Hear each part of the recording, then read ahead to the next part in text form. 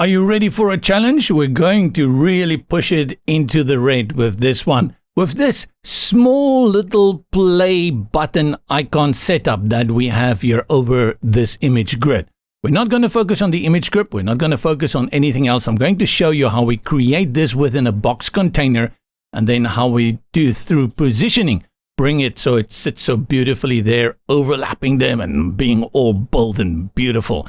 As easy as I am going to make it look on the desktop, there are a number of obstacles when we go to tablet view. Greenshift, yeah, let's do it. This is where I am currently. I've created all of this. It's ready to go. I just want to bring in that button component that I've created. I call it a component. I shouldn't be using this word because component in the world of website making at the moment means something different. So we just call it our button group, our composite button, but composite has also been taken. Screw those guys. Let's start. I have my column here on the right, and in my column, I currently have a grid container with these 3 images in. I'll select the grid container, go to add elements, and then look for my box container, which is a div in Greenshift. Click, and it will drop below. You can see that if we go back to the document view, in the column, we have the grid container and the box container. I'll quickly add the contents to this box container. First, I'll bring in an icon, and again, I'll use Greenshift, which is icon box. And below the icon box, I will bring in an advanced text element. We're sticking to Greenshift for all of that. They are there. You cannot see the text because it's dark on dark, but we're going to style them and bring them to life very soon. Before we do that, let's give the box container a background. Select the parent container. You can do that in the sidebar on the left or just clicking on the parent container and get to the box container. Options on the right, we go to background and we change it to orange. This is my theme setup for this moment, and I'm using Bloxy.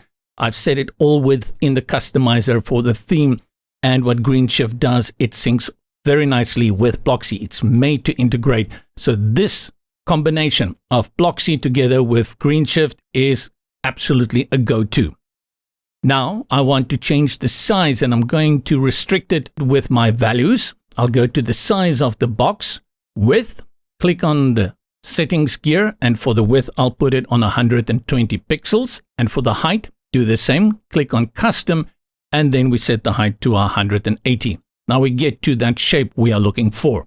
To give it rounded corners, that happens within border, especially border radius. Border is here at the top. Open up and go to border radius. And the one that I found here works is 130 pixels all around. We'll come back to this, to the box container. A number of things we still need to change, but at the moment we have no idea what we're doing because our content doesn't look good. Let's work on that first. Select the icon, change the color. We put it on white. And for the hover color, I'll remove that state. Change the icon itself. The icon I want to use is not here. So I'll upload one, an SVG. And from my media library, go to load more. Over here, this is my play button, select. We don't see it yet. Bringing in the SVG, I have to convert to inline SVG code. Select the button. And once it's converted, there it displays nicely. For the size, we go for 55 pixels and then add a little bit of space between these 2 elements within the box container. If you scroll to the bottom, you'll see icon spacing and block spacing. The one we want to do is block spacing. That is for the container of the icon. Margin and bottom, we add 15 pixels. You see there, a little bit of space there between our text, advanced text element and the icon box block. Now, let's work on the text next.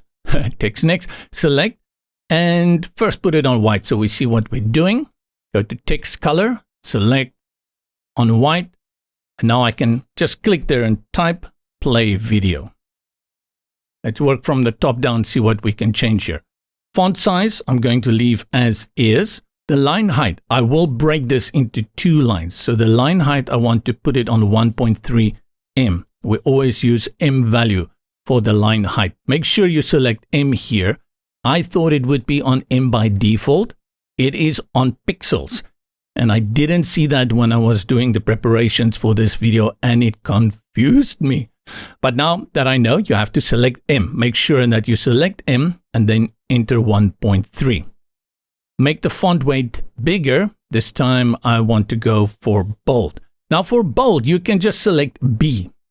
And that means that if you go to custom, it's the same as 7. Let me see. Yes. In this case, let's just stick to setting it onto 7. Here I'll also align my text to the center. And I think we're done here. No, one more. We're going to put everything on uppercase. Go to the letter case option and select uppercase. Just note, I really appreciate the fact that every time you hover, there is a tip there telling you what it is, so you can see it's uppercase. To break into 2 lines, we restrict the size of this text element. I'll just collapse these panels, look for size, there we go, and that will be width. I found something interesting. I had put it on maximum width, and then in tablet responsiveness, I ran into issues, and I couldn't understand what I was doing wrong. But for some reason, if you enter a value in max width and you override it to auto in responsive display on tablet, it didn't work. If you don't know what I'm talking about, don't worry. If this makes sense to you, go test it. I'm curious about that one. The compromise, which isn't a compromise at all, it's just an alternative method in the end, is I went with width at 70 pixels. And now you can see the line breaks in 2. I restricted, and by doing so, it breaks into 2. I just set the width of the container of the text element. Click somewhere on the page, we can see what's going on. Doesn't look good. And that's why I told you earlier, we'll come back to the box container. Hover here at the bottom of the box container until you see the little box around it and select it. And this way you know that you have selected the box container. Always remember working within WordPress from the contextual toolbar at the top. This icon on the left, when you hover over it, will tell you which item you're working with.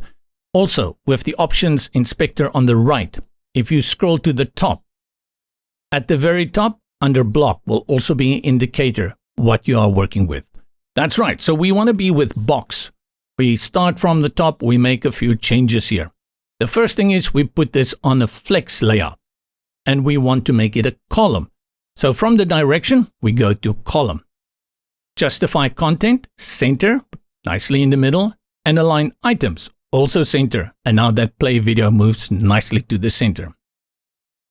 A few clicks, everything is sorted. We've styled the button, we've brought in the content. Only thing we need to do now is get this little bugger to be overlapping these guys. And we do that with positioning. Make sure you select the box container element. Select, then go to Advanced in the options. Look for Position, and there are quite a number here. Don't mess around too much, but in this case, select Absolute. And it goes straight there where we want it to go. Why did it do this with all the knowledge in the world, not knowing that we wanted it there? And it's because when you select Absolute, there is this option here, Position Presets. This gives you these little boxes where you can space that item within the container. So the container is the column. And it nicely figures out where it should be in terms of the column, the container that you are within. Let me just move this one down a little bit. If you mess it up, you select Reset Preset, and now it's back to default. Select Absolute again, and just make sure it's here in the middle. Reset Preset. Absolute. There we go. In fact, you can actually drag it around as well, but we're not going to mess with that one at the moment. This is it. We've styled it. Great. The only thing left for you to do finally is to make sure the box container has been selected and then add the URL for people to play the video, take you to YouTube or open a pop-up, whatever the case may be. Make sure you are in the general options. On the options sidebar, scroll down and then select container link. And here within the container link, you just bring in the URL. That will be the one linking this button group that you've created. to its destination. Like I said, if it's YouTube, you just paste your YouTube link here. With that, everything is done. The only part left for us is to have a look on tablet. Select your mobile responsiveness and we choose tablet and we make a few changes. With the box container selected, the first thing we do is we change the position.